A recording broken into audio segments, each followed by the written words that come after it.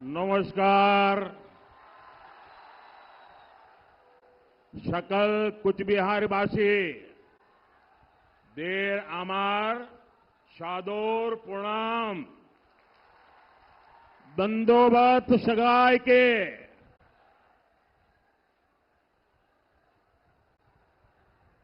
मेरे साथ बोलिए, भारत माता की, भारत माता की। मैं मदन मोहन ठाकुर जी और बोरो देवी को पूरी श्रद्धा से नमन करता हूं। आज यहां कूच बिहार के साथ साथ अलीपुर द्वार से भी इतनी बड़ी संख्या में आप लोग आए हैं। विशेष रूप से माताएं, बहनें, बेटियां इतनी विशाल संख्या में हमें आशीर्वाद देने पहुंची है।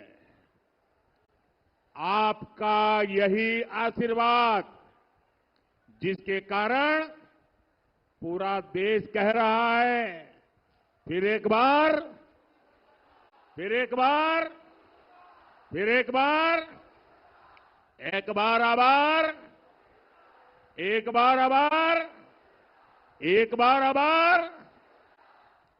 भाई और बहनों, मैं अभी हेलीकॉप्टर से यहां जो बाय रोड आ रहा था, पूरे रास्ते भर ऐसा एक लग रहा था जैसे बड़ा रोड शो हो रहा है। ये आपका प्यार मेरे सर आंखों पर है। आज मैं सबसे पहले बंगाल की मुख्यमंत्री ममता दीदी का आभार व्यक्त करना चाहता हूं, क्योंकि 2019 में मैं इसी मैदान में सभा करने आया था, तो उन्होंने एक बड़ा मंच बीच में बना करके मैदान को बहुत छोटा कर दिया था, ताकि लोग मोदी को सुन न सके। और मैंने उस दिन कहा था कि दीदी, आपने अच्छा नहीं किया, अब जनता आपको जवाब देगी, और आपने जवाब दे दिया।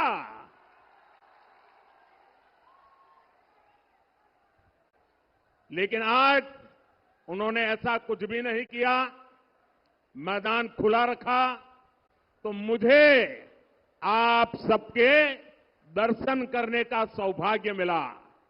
आपका दर्शन करके आज मेरा जीवन धन्य हो गया, और इसलिए मैं बंगाल सरकार को कोई रुकावट न करने देने के लिए जरूर आभार व्यक्त करता हूं।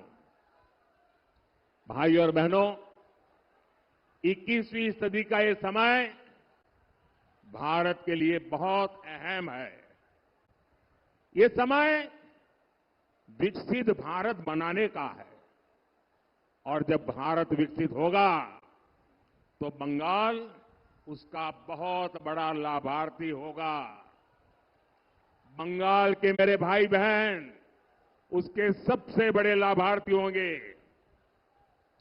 ये समय महाराजा नरनारायण, वीर चिल्ला रॉय और ठाकुर पंचानन वर्मा जैसे महान सपूतों के सपनों को पूरा करने का समय है। और इसलिए 19 अप्रैल को जब आप मतदान केंद्र पर वोट डालने जाएंगे, तो इस बात को बराबर याद रखिएगा। और हम याद रखें, ये देश का चुनाव है, पूरे हिंदुस्तान का चुनाव है। ये देश को दुनिया की तीसरी बड़ी आर्थिक ताकत बनाने का चुनाव है। और इसलिए दिल्ली में कोई कमजोर सरकार नहीं, बल्कि स्थिर और मजबूत सरकार जरूरी है। आप मुझे बताइए, क्या देश को दुनिया की तीसरी बड़ी आर्थिक शक्ति बनाना चाहिए कि नहीं बनाना चाहिए? बनाना चाहिए कि नहीं बनाना चाहिए? इसके लिए मजबूत सरकार चाहिए कि नहीं चाहिए? मोदी मजबूत सरकार देता है कि नहीं देता है? आगे भी देगा कि नहीं देगा? और इसलिए देश की सरकार बनानी है, मजबूत सरकार बनानी है, काम करने वाली सरकार बनानी है। साथियों, आजादी के बाद हमारे देश में 6-7 दशक तक लोगों ने केंद्र सरकार में सिर्फ और सिर्फ कांग्रेस का मॉडल देखा। अब पहली बार देश ने बीते 10 साल में पूर्ण बहुमत वाली बीजेपी सरकार का मॉडल देखा है।